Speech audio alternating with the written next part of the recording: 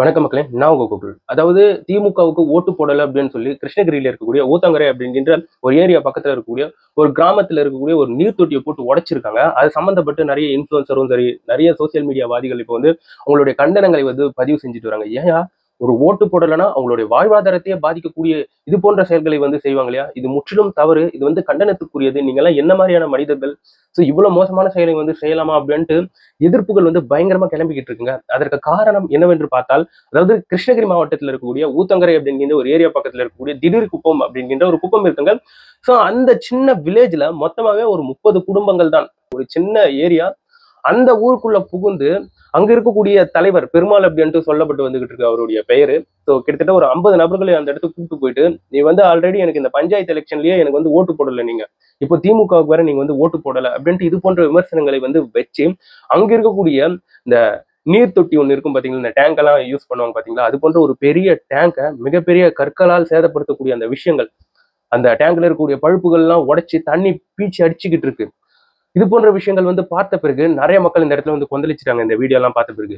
ஏன் இந்த மாதிரி பண்றீங்க? திமுகவுக்கு ஓட்டு போடலன்னா இந்த மாதிரிலாம் டேங்க் உடைக்கிறது, இந்த மாதிரி பொது சொத்தை வந்து பாதிக்க வைக்கிறது, இப்போ அது குடும்பங்களுக்குன்ட்டு இருந்திருக்கக்கூடிய அந்த டேங்க் செட் வேற இப்ப வேஸ்ட் ஆயிடுச்சுல. இதெல்லாம் என்ன மாதிரியான ஒரு தவறான விஷயம்? அதே சமயத்துல அங்க இருக்கக்கூடிய தலைவர் வேற நீண்ட நாளாக சில லிட்டர் தண்ணிகளை வந்து அவர் பழுப்பின் மூலமாக தண்ணி அவங்களுடைய வீட்டுக்கு எடுத்துக்கிட்டு இருக்காருன்ட்டு ஏகப்பட்ட நியூஸ் இப்போ வந்து நியூஸ் சேனல்ல வந்து போட்டு காண்பித்துட்டு இருக்காங்க. ஸோ அதெல்லாம் பார்க்கும்போது உண்மையாவே மனசுக்கு கஷ்டமா இருக்கு. இதெல்லாம் ரொம்ப தப்பா தெரியலையா? இந்த மாதிரி ஓட்டு போடல அப்படின்ட்டு இன்னொருத்தவங்களுடைய வாழ்வாதாரத்தில் அடிக்கிறது ரொம்ப மோசமான ஒரு செயலாக கருதப்படும். இதுல முற்றிலும் கண்டனத்துக்குரியது. இவ்வாறான தவறுகள் வந்து நடக்கக்கூடாது.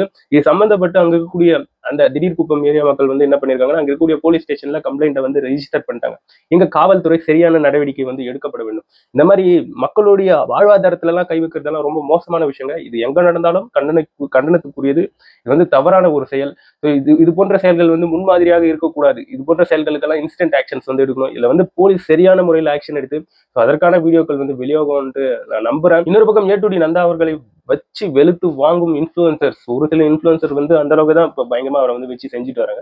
இதற்கு காரணம் என்னன்னு பார்க்கும்போது, எலெக்ஷனுக்கு முன்னாடி ஏ டு டி நந்தா அவர்கள் எம்.கே. ஸ்டாலின் அவர்களை சந்திச்சு அவர்கிட்ட வந்து சில கொஸ்டின்ஸ் வந்து கேட்டிருப்பாரு. அந்த கொஸ்டின்ஸ் எல்லாம் நம்ம வந்து பார்த்தோம், அவர் என்ன வேற கொஸ்டின்ஸ் எல்லாம் கேட்டிருக்காரு அப்படின்ட்டு.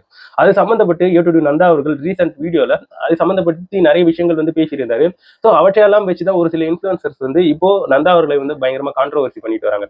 அதாவது ஏ டு டி நந்தா அவர்கள் வந்து ரீசெண்ட் வீடியோல ஒரு கிளாரிஃபை பண்ணியிருப்பாரு. என்னன்னு கிளாரிஃபை பண்ணியிருப்பாருன்னா, இந்த மாதிரி எம்.கே. ஸ்டாலின் அவர்களை மீட் பண்ணக்கூடிய ஒரு வாய்ப்பு கிடைச்சது. அந்த சமயத்துல நம்மளுடைய முதல்வரை மீட் பண்றோமே அப்படின்ட்டு அவர் வந்து பல கொஸ்டின்ஸை வந்து ப்ரிப்பேர் பண்ணி வச்சதாகவும், பட் ஆன் ஸ்பாட்டுக்கு போன பிறகு அந்த இடத்துல வந்து நீங்க ரெடி பண்ண கொஸ்டின்ஸ் எல்லாம் கேட்கக்கூடாது, நாங்க சில கொஸ்டின்ஸை தருவோம், இதான் நீங்க போய் எம்.கே. ஸ்டாலின் அவர்கள் கிட்ட கேட்கணும் அப்படின்ட்டு அவருடைய கொஸ்டின்ஸை வந்து நிராகரிச்சதாகவும், அதன் பிறகு அப்ப கேள்விகள் வந்து எம்.கே. ஸ்டாலின் அவர்கள் கிட்ட ஏ டு டி நந்தா அவர்கள் வந்து கேட்டதாகவும், அதை பற்றி ஏ டு டி நந்தா அவர்கள் வந்து ரீசெண்ட் வீடியோல ஒரு பாணியில வந்து சொல்லியிருந்தாரு. ஸோ இதெல்லாம் வச்சுதான் இப்போ சில இன்ஃபுளுசர் வந்து என்ன பேசிட்டு வராங்கன்னா, ஏ டு டி நந்தா அவர்களே இது போன்ற சம்பவம் நடந்து கிட்டத்தட்ட நிறைய நாள் ஆயிடுச்சு.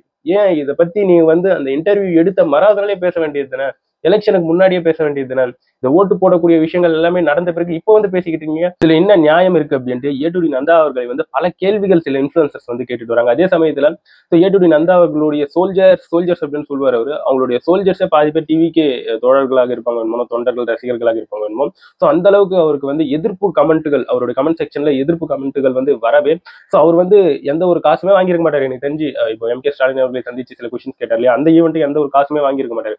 பட் இவ்வளோ நெகட்டிவ் ஃபேம் வரத்துக்குள்ளே அதுக்கு ஒரு கிளாரிஃபை கொடுக்குறேன் அப்படின்ட்டு நந்தா அவர்கள் வந்து கொடுத்துருக்கூடிய கிளாரிஃபிகேஷன் இப்போ பல நபர்களால் அது வந்து கேள்வி கேட்கக்கூடிய நிலைக்கு வந்து தள்ளப்பட்டிருக்கு. இந்த சூழ்நிலையில விஜய் அவர்கள், டிவிகே தலைவர் விஜய் அவர்கள் வந்து இப்போ திருச்செந்தூர் வந்து சென்று இருக்காங்க. திருச்செந்தூர்ல இருக்கக்கூடிய முருகன் கோவில்ல சுவாமி தரிசனம் செஞ்சுட்டு அதுக்கப்புறம் வெவ்வேறு மதங்கள்ல இருக்கக்கூடிய வழிபாட்டு தலங்களுக்கு சென்று அங்க அவருடைய வழிபாடுகளை வந்து பண்ண போறாரு அப்படிங்கிற ஒரு செய்தி வந்து சுற்றி தெரிஞ்சுக்கிட்டு இருக்கு. ஆல்ரெடி டிவிகே தலைவர் விஜய் அவர்கள் திருச்சியில செய்திருக்கக்கூடிய சம்பவமே இப்போ வரைக்கும் பயங்கர பேசுபொருளா இருக்கு. நிறைய பேர் வந்து விஜயனாக்கு அதுக்கண்டு தனியாவே ஃபேனா மாறிட்டாங்க. இவர் பாத்தீங்கன்னா மும்மதத்தையும் மதிச்சு எல்லா கடவுள்களையும் மதிச்சு இறை பிரார்த்தனை பண்ணிக்கிட்டு இருக்காரு. இது போன்ற ஒரு தலைவர் தான் நம்மளுக்கு வந்து தேவை. இந்த இடத்துல வந்து மதங்களை வச்சு, இந்த இடத்துல வந்து இந்த சாதிகளை வச்சு ஆட்சி செய்யக்கூடிய இந்த ஆட்சியாளர்களுக்கு மத்தியில விஜயனா பாத்தீங்களா 3 மதங்களை மதிச்சு எல்லா இறைவர்களையும் கும்பிடுறாரு அப்படின்ட்டு. ஸோ விஜயனாக்கு வந்து சரியான ஒரு நற்பெயர் என்பது கிடைச்சது. ஸோ அதே மாதிரி தான் திருப்பியும் அவர் வந்து இப்போ ரிப்பீட் பண்ண போறாரு அப்படின் போது, ஏன்னா சொற்ப நாட்கள் தான் இருக்கு. அவர் நல்லபடியா வின் பண்ணிடணும் அப்படின்னு நிறைய பேருடைய பிரார்த்தனை. அதே பிரார்த்தனை தான் அவர் வந்து இப்போ முன்வைக்க போறாரு. இப்போ திருச்செந்தூர் கோயில் போயிட்டாரு. நெக்ஸ்ட் வந்து வெவ்வேறு மதத்தில் இருக்கக்கூடிய கிறிஸ்டியானிட்டி சார்ந்திருக்கக்கூடிய வழிபாடுகள், அதுக்கப்புறம் இஸ்லாமியர்கள் செய்யக்கூடிய வழிபாடுகள்லாம் அவர் பண்ண போறாரு. ஸோ இது போன்ற தலைவர்களை வந்து தூக்கி வச்சு கொண்டாடணுன்றது வந்து மாற்று கருத்தே கிடையாது. நம்ம கிட்ட எந்த ஒரு பிரிவினையும் இல்லாம நம்ம எல்லாரும் ஒண்ணுதான், யாரா இருந்தாலும் எந்த சாமியா இருந்தாலும் கும்பிட்டுக்கலாம் அப்படின்னு சொல்ற விஜயன் அந்த இடத்துல வந்து வேற லெவல் தான் சொல்ல முடியும். இன்னொரு பக்கம் விஜய் அவர்களை தூக்கி கொண்டாடக்கூடிய மீடியாக்கள் என்ன நடந்திருக்குன்னா, ரீசெண்டா விஜய் அவர்கள் அவங்களுடைய வேட்பாளர்களை கூப்பிட்டு எல்லா தொகுதியிலும் நின்று இருப்பாங்க இல்லையா தமிழகத்துல, அந்த வேட்பாளர்களையும் கூப்பிட்டு ஒரு மீட்டிங் வந்து போட்டிருக்காருங்க. அந்த மீட்டிங்ல செங்கோட்டையன் மற்றும் புஷி ஆனந்த் அவர்கள் எல்லா வேட்பாளர்களுக்கு முன்னாடி நின்று அவங்க வந்து சில அறிவுரைகளை வந்து கொடுத்ததாகவும், அதாவது ஓட் கவுண்டிங் நடக்க போகுது இல்லையா மே 4ஆம் தேதி, அது போன்ற சமயத்துல அந்த இடத்துல வந்து அந்த ஓட் கவுண்டிங் கணக்குகளை வந்து சரிவர பார்க்க வேண்டும். அந்த இடத்துல வந்து கொஞ்சம் கூட அலட்சியம் இருக்கக்கூடாது. கிட்டத்தட்ட 200 ஓட்டு வித்தியாசத்தெல்லாம் ஜெயிச்சிருக்காங்க. ஒரு ஓட்டுனாலும் அதை வந்து கணக்கின்படி கரெக்டா அணுக வேண்டும். அதே சமயத்துல 24/7 ஒரு வழக்கறிஞர் வந்து அந்த வேட்பாளர்கள் டிவிக்கு வேட்பாளர்கள் பின்னாடியே வந்து நிற்பாங்க அந்த ஓட் கவுண்டிங் அப்ப அந்த சமயத்துல வந்து தில்லு முள்ளு ஏதாச்சும் நடந்துச்சுன்னா அந்த அந்த வழக்கறிஞர்களை வச்சு சட்ட ரீதியான நடவடிக்கைகளை வந்து மேற்கொள்ள வேண்டும். அந்த சுற்றுல போயிட்டு இருக்கக்கூடிய அந்த ஓட் கவுண்டிங்கை வந்து நிறுத்தணும். இந்த மாதிரி தில்லு முள்ளு ஏதாச்சும் நடந்துச்சுன்னா, அதே சமயத்துல அங்க இருக்கக்கூடிய வேட்பாளர்கள் வந்து யாருடைய சண்டைக்கும் போகக்கூடாது, அமைதியா இருக்கணும். அதே சமயத்துல சீட்ல இருந்து எந்திரிக்கவே கூடாது. ஓட் கவுண்டிங் கடைசியா முடிகிற வரைக்கும், அபிஷியல் ரிசல்ட் வர வரைக்கும் ஏந்திரிச்சு அது வந்து எந்த ஒரு ஆரவாரமோ எதுவுமே பண்ணக்கூடாது. எல்லாமே முடிஞ்ச பிறகுதான் ஸோ இது போன்ற செயல்கள் இருக்க வேண்டும் அப்படின்ட்டு ஏகப்பட்ட விஷயங்கள் வந்து விஜய் அவர்கள் வந்து ரீசெண்டா ஒரு மீட்டிங் மாதிரி வச்சு அவங்களுடைய வேட்பாளர்களுக்கு சொல்லியிருக்கக்கூடிய விஷயங்கள் இப்போ சோசியல் மீடியால இருக்கக்கூடிய அனைவரும் எடுத்து பேசிட்டு இருக்காங்க. செய்தி ஊடகங்கள் பேசிட்டு இருக்காங்க. எல்லாருமே பாத்தீங்களாப்பா, அரசியல் முதிர்ச்சி பெற்றிருக்கக்கூடிய கட்சி கூட இப்படி பண்ணிக்கிட்டு இருக்காது. ஆனா விஜய் அவர்கள் எவ்வளவு ப்ராப்பரா அவருடைய அரசியல் நகர்வுகளை பண்ணிட்டு போறாங்க அப்படின்ட்டு விஜய் அவர்களுடைய அரசியலை பார்த்து இப்ப வந்து பயங்கரமா அவங்க வந்து புகழ்ந்து பேசிக்கிட்டு இருக்காங்க இந்த செய்தி ஊடகங்கள். விஷயம்லாம் பார்க்கும்போது உண்மையில ஆனந்தமாக இருக்கு. இந்த இடத்துல வந்து திருப்பியும் நான் சொல்றேன், யார் சொல்றதையும் நம்பாதீங்க, எந்த ஒரு கருத்து கணிப்பையும் நம்பாதீங்க. என்ன நடக்கும்ன்றது நம்ம யாருக்கும் தெரியாது. ஆனா விஜயன் அவருக்கு மிகப்பெரிய பெரும்பான்மை ஓட்டு வந்து போயிட்டு இருக்கு. அவர் வின் பண்றதுக்கு நிறைய சான்ஸ் இருக்குன்றதை விட நான் நம்புறேன் அவர் வந்து வின் ஆகிடுவாரு அப்படின்ற ஒரு நம்பிக்கை எனக்கு இருக்கு. ஏன்னா விஜயன் எனக்கு வந்து ரொம்ப பிடிக்கும், அவருடைய ரசிகர் தொண்டன் அப்படின்ட்டு எல்லாமே சொல்லலாம். அது போன்ற நம்பரை வந்து வின் ஆகிடுவாரு அப்படின்ட்டு நான் வைக்கக்கூடிய நம்பிக்கை மாதிரி தான். நீங்க உங்களுடைய நம்பிக்கையை வந்து நீங்க வைங்க, டெஃபினட்டா வின் ஆகுவாரு. ஸோ அது வந்து மாற்று கருத்தே கிடையாது. யார் சொல்ற கருத்து கணிப்பையும் வந்து கேட்காதீங்க.